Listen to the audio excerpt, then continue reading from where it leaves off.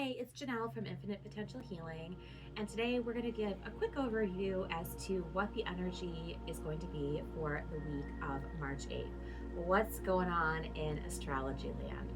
So starting today, Sunday the 8th, we have Venus conjunct Saturn, which means that Venus is kind of buddied up to Saturn. That's what conjunct means. It means that they're close together, they're working well together, they're hanging out together. So Venus has to do with what we love and what we value. Usually that is focused on love and money. Saturn is the karmic taskmaster, the Lord of Karma, and all about structure, discipline, logic. So it's really asking us to take a structured approach to what we love and what we value. And it can be asking us to take a structured approach to obtaining what we love and what we value, or keeping what we love and what we value.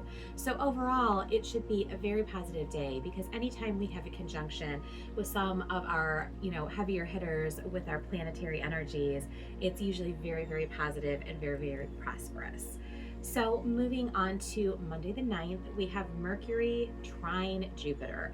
So trine is the best favorable aspect of the zodiac that we can have. Mercury, we know, is our intellect, and it has to do with how we think. It has to do with travel and electronics. Jupiter is our most benefic planet of the zodiac. Some people even refer to Jupiter as Big Papa Jupiter. So when we look at Mercury making this wonderful benefic trine to Jupiter, it means that we are expanding everything that is a mercurial theme.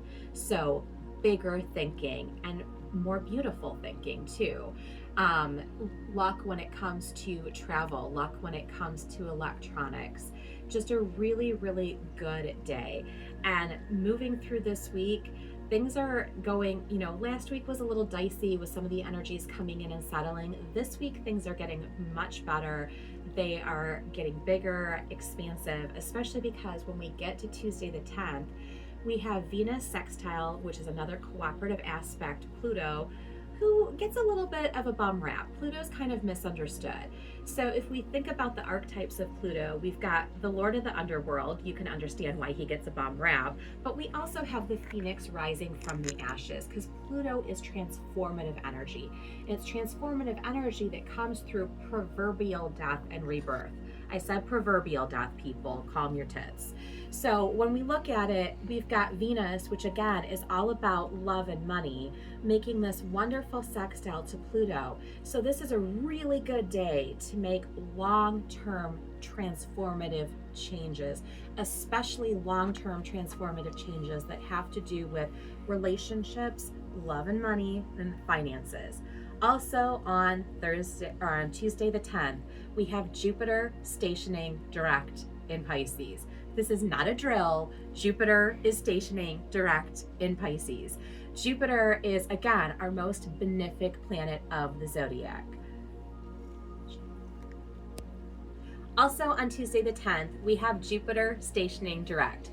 This is not a drill. Jupiter is stationing direct. So our most benefic planet of the zodiac, Big Papa Jupiter, who brings us all of our blessings, all of our luck, all of our expansion, is stationing direct. So Jupiter's been retrograde. So not that he hasn't been benefic, not that he hasn't been doling out blessings, but maybe it's felt a little bit more stingy about the way he's been doling out blessings, or we haven't felt as immersive within the blessings that we're receiving. Well, now that Jupiter is stationing direct, as he continues to pick up speed, because today he's basically at a standstill, he's just hanging out. And so he's a bigger planet, an outer planet, slower moving planet. So it's going to take him a hot minute for him to pick up speed. But as he does, he is going to make it rain. Not necessarily with money, but he's going to make it rain with blessings, with expansion, with forward movement of things that might have felt stuck. So if you have felt a little bit unlucky, if you have felt a little bit hard on your luck, if you have felt like things just haven't been moving, that all changes, and it changes Tuesday because Jupiter is stationing direct. It's a pretty big deal, just in case you didn't pick that up. So this Jupiter direct energy is going to keep moving forward and keep moving us forward, and we're just going to see bigger and greater blessings over the next couple of months, which is fantastic. Then on Friday the 13th, oh my gosh, yes, I said Friday the 13th, we have Mars in Pisces conjuncting the North Node in Pisces. So again, a conjunction is Mars in Pisces is buddying up with that North Node. Now, the North Node of the Moon and the South Node of the Moon are not actual planetary bodies. They are positions or poles of the Moon. The North Node is basically a compass or a guide. Some people have referred to it as the head of the dragon because it points us in the direction that we are supposed to go. In Pisces, the North Node and the North Node moved into Pisces on January 11th and will remain in Pisces through July 26th. With the North Node in Pisces, our directive is creativity, empathy, spiritual growth. That is the directive. So then the South Node, which typically is not listed on a birth chart and is more of an implied point, would be opposite of the North Node. So if the North Node is in Pisces, that means that South Node is in Virgo. You also might notice that this is the same axis as the eclipse axis that we've been working under. There are no coincidences in astrology. So the South Node tells us those lessons that we've mastered.